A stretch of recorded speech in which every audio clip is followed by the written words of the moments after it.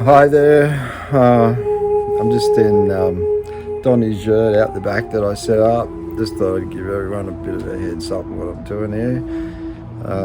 Not sure how things are going to go from here on in, but I got to do my thing and take it all out there. So yeah, I ended up putting a bit of enclosing it with my stage black backdrop, which worked out pretty well. You can see it's pretty enclosed here, and I've got a few things happening. It's actually quite tall. It's a pretty good rig, this yurt. And the back of me here, I've got the First Kingdom flag, as you can see. I've designed this flag, and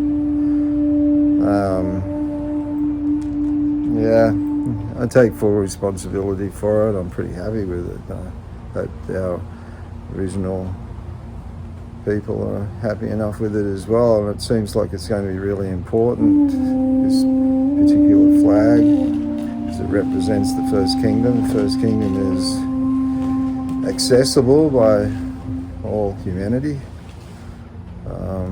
but whether we seek it or not, it's another thing.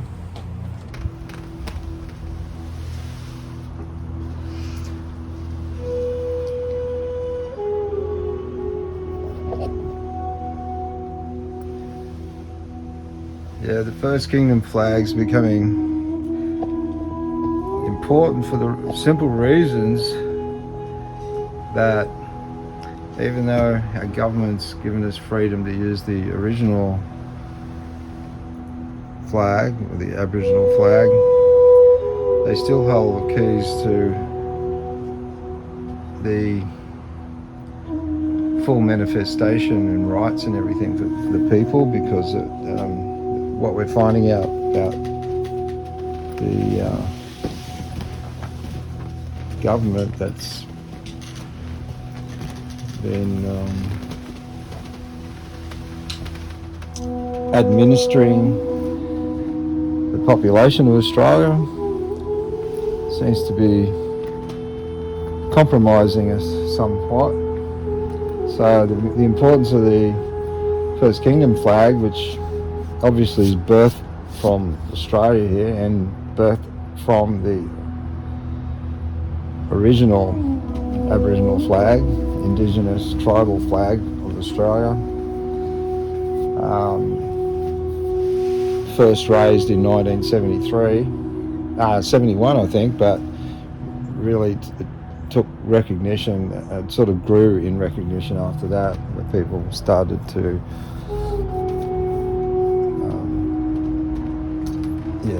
buy their own flags and fly it and all that.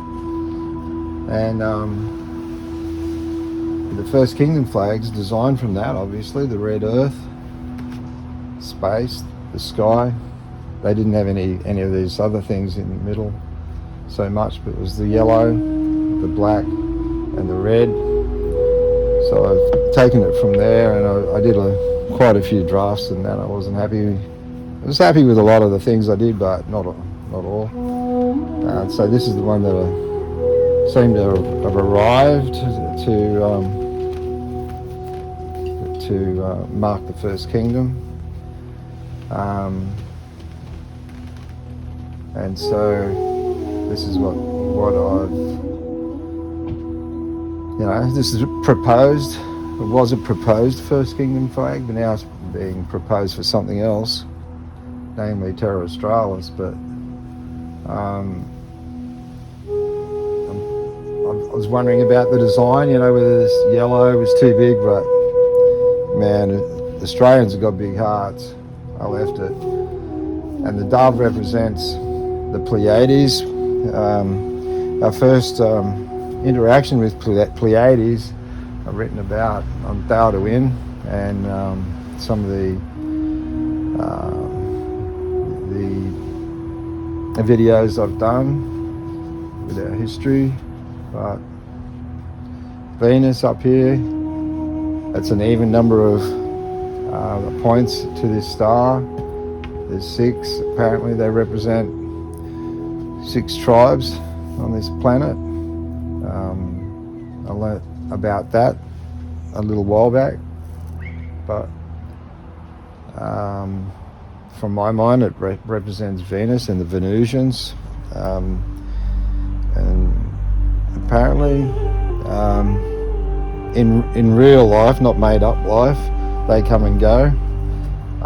They can lower their vibrations to come into this plane of existence and interact. You wouldn't know. Same with the Pleiades, a little bit different. You can pick them if you know what you're looking for. But that's another story. We're talking about the flag, First Kingdom flag. The dove and the yellow hold a lot of love. The dove represents the Pleiadian people who first interbred with humans to give them greater potential, and apparently they liked the magic that the Aboriginal Aboriginal Australians had. They had some magical qualities, and they interbred with us, and eventually that the DNA assimilated or developed or evolved into 12 strands of DNA, 6 double helix, which the older holders of knowledge in Aboriginal society, and one king in particular mentions that, and some of them managed to escape. But anyway, from the negative invaders that happened and took over humanity to use us as slaves. But getting back to the flag, we've got the space up here representing like the sky, the space, and the stars. This is the Southern Cross, obviously, and it's basically our location from where the First Kingdom come from, and also inside ourselves, where everyone has an accessible, accessible through our higher self to realise our true nature and enter into the kingdom. Jesus talked about that, and other people that have been enlightened talk about that, and releasing of the lower self into the higher self, and it's actually realisation, bringing the two together, and then you start realising that you're a functional being, a unit to fully function with clarity and awareness. It's actually within that awareness that we can transform ourselves into a much healthier, higher being as well, with the grace of the Supreme, and the vitality of our own nature, which is another story. Anyway, getting back to this, I get sidetracked, sorry about that. We've got the red earth representing Earth, but nature is represented by the green throughout the planet, and blue is represented by the water, the oceans, the rivers, the streams. We're a planet primarily of water. We're a water planet, and there's a lot of hydrogen ready to be utilised on this planet, and some of the establishments out there don't want to know about it, but there's actually a really easy fix for all cars, all vehicles. Maybe not diesel vehicles so much, but they need to redesign the motor a little bit for that to actually happen. But from what I can gather, most petrol-driven cars can run on hydrogen. So, being a water planet, it's pretty accessible. And instead of they're looking in a little bit the wrong direction as to what to do with the hydrogen to get into the motors, but you actually build the converter into the under the hoods, so to speak, or in the car, and fill it up with water, and away you go. Too easy. One service for a car or a vehicle, and basically transform the whole pollution thing out of cars in 12 months, where everyone just goes in for a service, gets fitted, away you go. Flush out the tanks if you like, or keep both for a little bit until you convert completely to water. And yeah, the white here surrounding our love and the dove is universal consciousness, and it pervades right through. And the wave is that we live in a waveform universe, and when self-healing happens, you feel it like a wave, and like you're being nurtured by your higher nature. This I've experienced. I'm not making stuff up. I don't make anything up unless I've experienced something, or unless you dig out enough information and you start realizing things yourself. It's not good to make up stories. Not good to follow other people's made up stories either. If you, the more real you can keep it, the better. Yeah, anyway, I'll get down to that. I'll get sidetracked again. So yeah, we've got Venus. Venus is a protector that's been, apparently, they've been protecting us for a long, long time.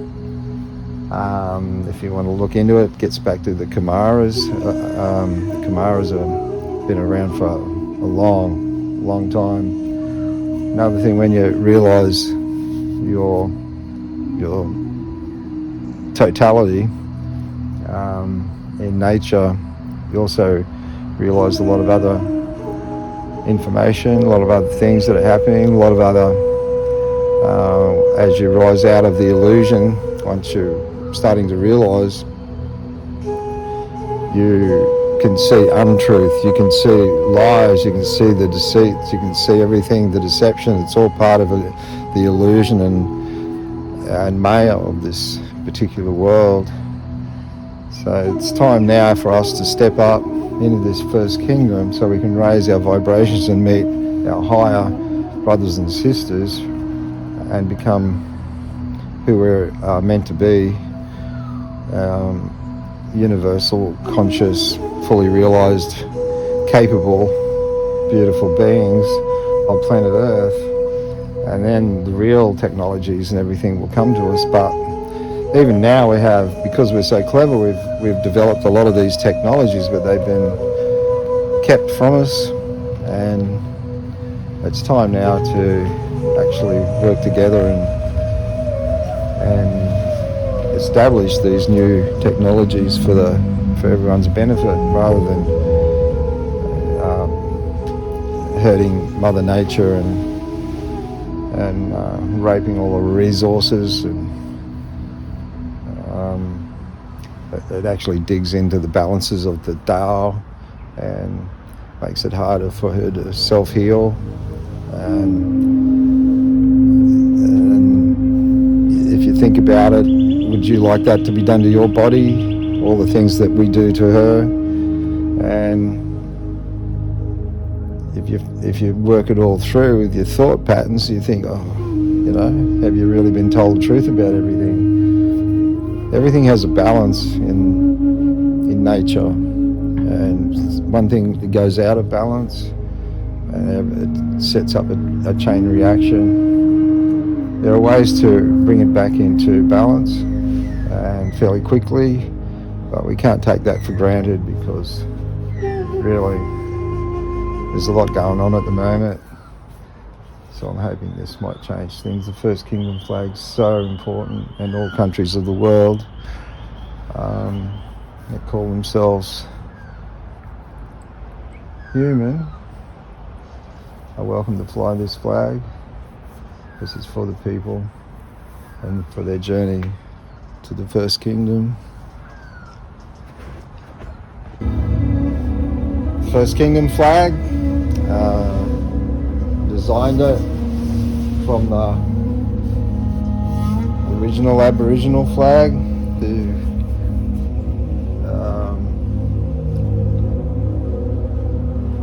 has good purpose and collective consciousness with the tribes of Australia, the indigenous tribes, which have been probably well underestimated in their spiritual abilities and power that they hold with Mother Earth. But I designed this flag in honour of their flag for longevity, as well as history of where we've come from, I believe, from this continent. The ancient name, or not completely ancient name, of Terra Australis, but the explorers, that's what they call it, the southern country. And obviously the Aboriginals, the indigenous tribes, they all had their own identity with their lands and name of their country. Back then, Gondwana land was actually attached to Asia, apparently, and other continents, but in times of change,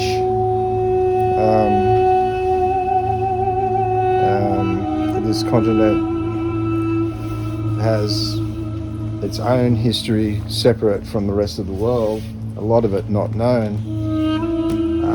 But this flag holds the earth, the sky, or the space, and what we have on the right hand side is the Southern Cross. That's our location, identity, where we are, where the first kingdom, I believe, was first established. And up on the left here we have Venus, and it has a six-pointed star which relates to the tribes of this planet, the original tribes. According to some research I did a little while back, but it holds an even number of six-pointed. It's a six-pointed star, but it actually represents Venus. Now, most people don't know this, but we have a connection to Venus and the Venusians. They were in a similar position of what we are now, many millennia ago, and their consciousness was raised, apparently, and this is what through research and also through their physical applications on this planet also, in reality, they have protected us and this quadrant of the universe for quite a long time, along with the Pleiades, which is the heart of peace. The dove represents love, and the yellow, the sun, and it's. I originally was going to have this a little smaller, but this is actually inside the white, which represents universal consciousness, which comes in from our nature, and through our nature, the green represents nature itself, the blue, the ocean. We're on a water planet. We are up to 80% plus, sometimes made up of water. We should hold water a lot more sacred than what we do. A lot of intelligence in water, and a lot of answers that are slowly becoming more to be realised. And yeah, with the blue sky representing clean air, oxygen, and hopefully good living in the future. And we've got to hold that oxygen within the framework of this planet, otherwise all life will fail on this planet and or deplete, and that'll actually open us up for other types of species to come down into this plane, and it leaves us open for negative type things. But we've got to hold the peace, we've got to hold the love, we've got to hold our consciousness and let it flow forward.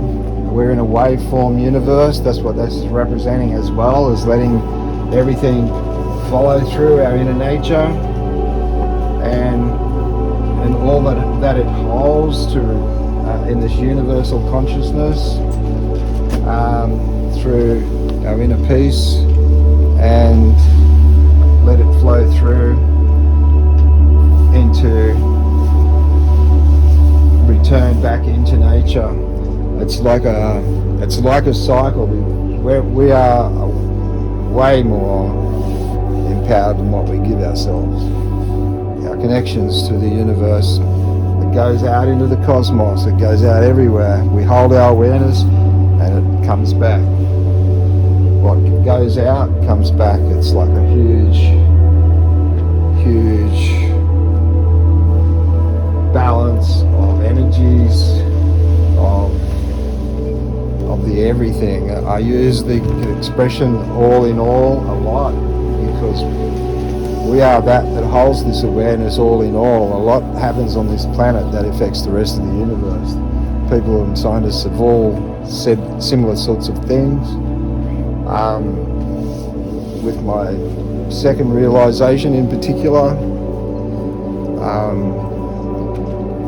all this holds true to that, where everything's cast out, but it returns. When it starts to return, you start to realise that we are here now, and we need to establish our self-awareness. We need to rise in our self-awareness, in goodness and kindness toward each other, because we are humans on this planet, and we need to just get along together, understand each other a little more. But we are so diverse, and given the right opportunities, we will evolve and grow into realizing our full consciousness.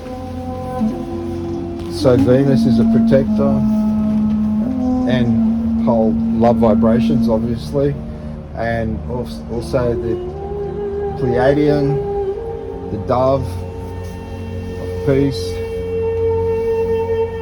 the sky, the land, and the earth, and space. All this represents our destiny.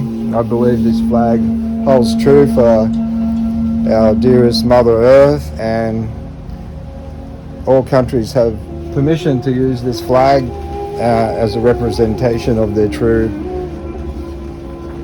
nature and connection to humanity and our well-being, as well as the development of our personality to grow and prosper and give our chance for full realisation.